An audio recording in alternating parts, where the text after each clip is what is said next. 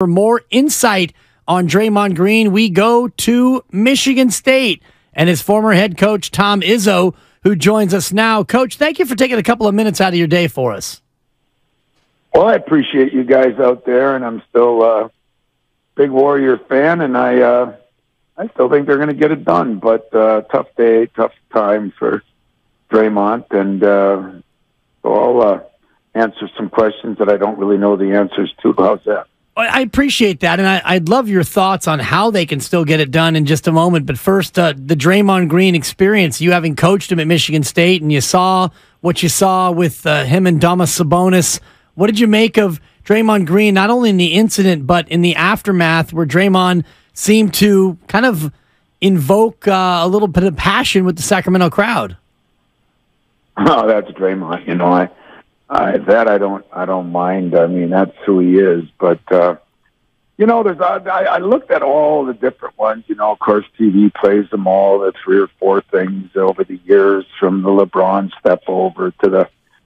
And I'm a pretty disciplined human being, believe it or not. And I do get, once in a while I tell them, "What did you do that for? What did you do this?" But it seems like some of these things have been invoked the other way too, or provoked the other way, I should say. And I can't believe a guy can grab your leg in an NBA game and hold on to it, and then when he got up and he, should he have stomped on him? Probably not. Was it worthy of being down for 10 minutes? I don't think it was. I didn't think he shot him or anything, so I don't know, but.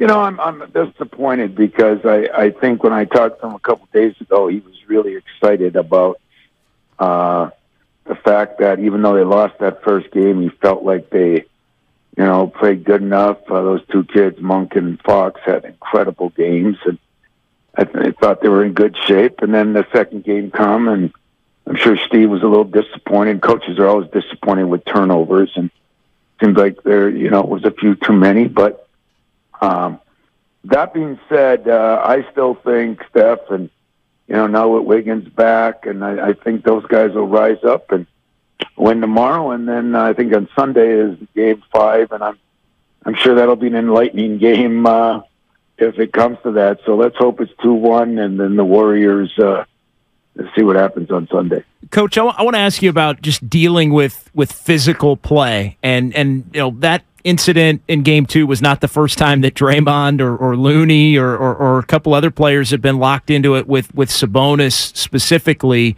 Your teams are always physical, well known. You like that style of play. You think it's important.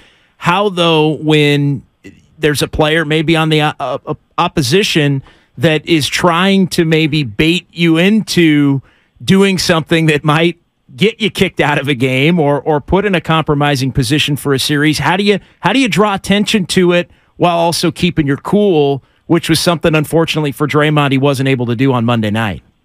Yeah, I think that's a good way to put it. I mean, first of all, physical play and fighting are 2 different things. The game is physical. It's gotten more and more physical.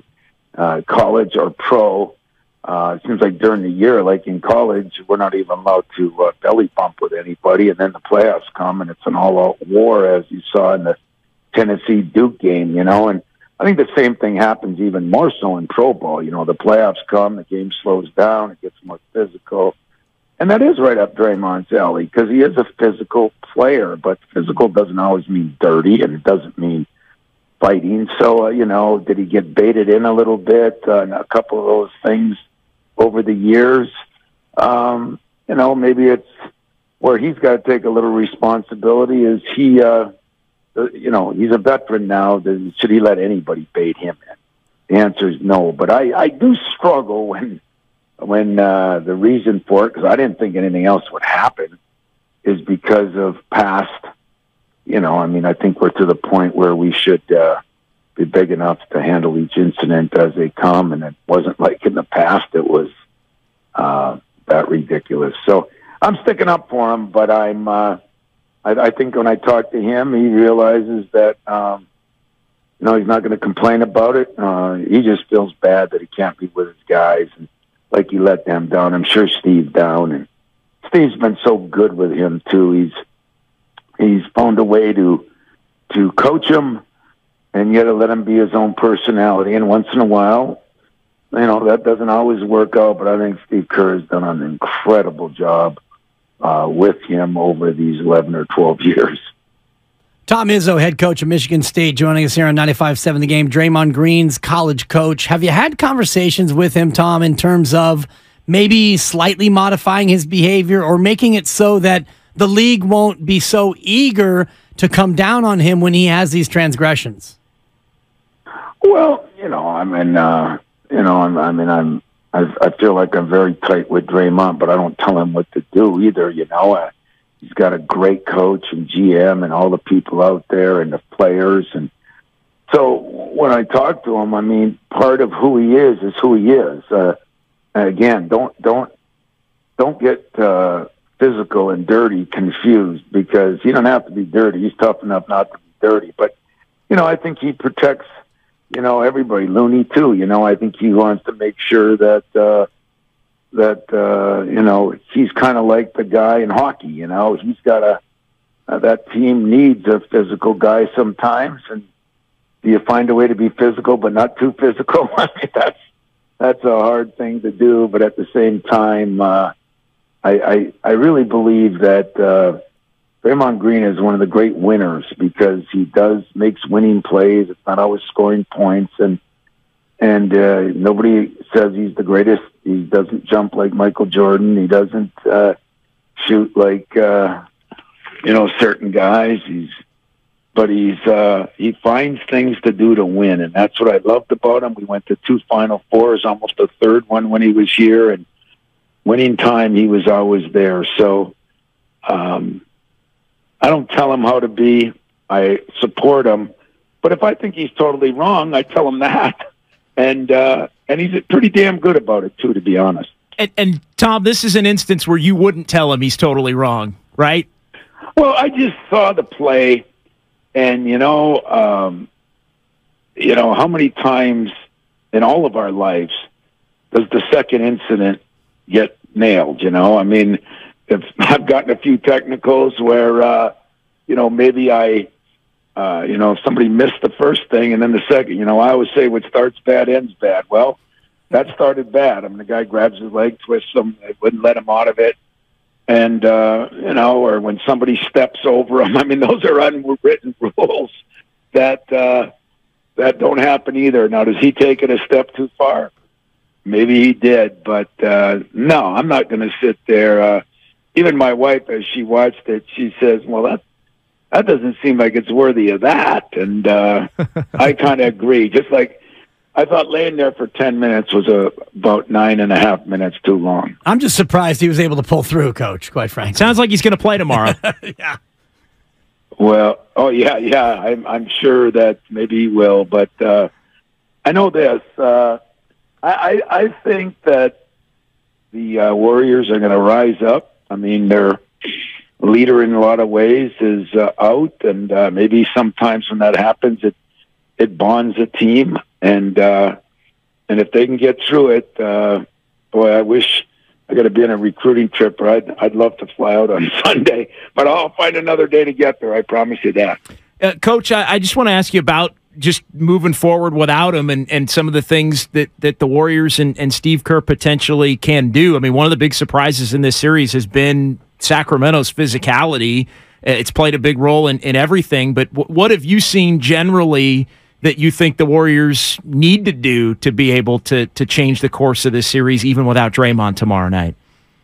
Well, just think what you said, their physicality, and maybe that's one of the reasons Draymond, that's what great players do, is they try to do what they can do. Where Steve Kerr can make jump shots, incredible passes, and Thompson can do this and that, and Wiggins has things he can do. Well, one of his jobs is to be physical, and I would agree that Sacramento has been physical, probably on purpose. I think as I watch it, I bet you, and I don't know this, but I know myself, I'll bet you that Steve Kerr is upset with with the turnovers. There's been some turnovers in games that seem like they're a little too many, and I don't know what did I read it right? Or did I see it right? Did they have 13 in the first half the other night? Yeah. Or, 9 in the first quarter, yeah. Yeah, 22 for the game and 41-14 in the two games in terms of points off turnovers, so that the Kings have really hit them in the points off of the turnovers department, even though both teams have turned it over a little bit. Well, that's the difference, and that's what we always talk about. I call them turnovers for touchdowns, Those are undefensible. You turn the ball over on a breakaway, and those are live ball turnovers, and live ball turnovers, a traveling's a dead ball turnover. An offensive foul is a dead ball, but it's those live ball turnovers that turn turnovers into touchdowns. And I always use the football analogy that if you throw a pick six, and that means you're throwing it, they pick it up and run it back. Those are hard to defend. So, I think in a lot of ways, if they could turn the ball over less, their defense has probably been, that first quarter the other night, it was damn good.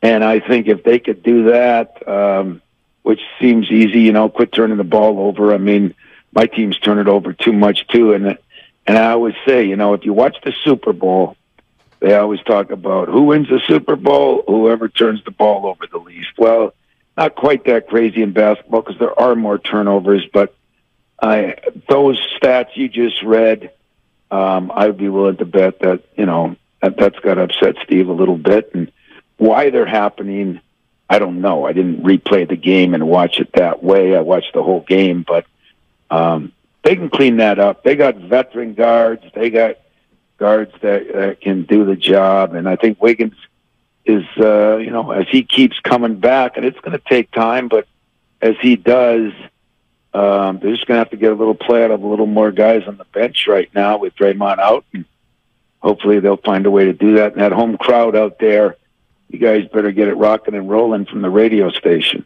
I love it. Tom Izzo, coach of Michigan State, sending a message to all the Warriors fans. And, Coach, I just want to say from me to you, congrats on a good season. And, man, you had the game of the tournament. I know you came up short against Kansas State and Marquise Noel, but that was a damn entertaining 45 minutes of college basketball.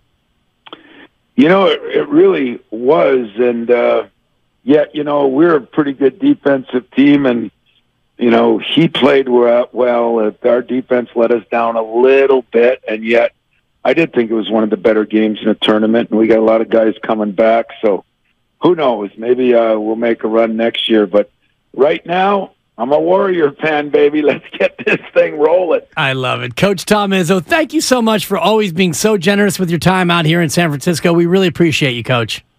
All right, guys. Take care, man. Thank you. Tom Izzo, Michigan State, Draymond Green's coach in college, and Man, what a day. Very generous.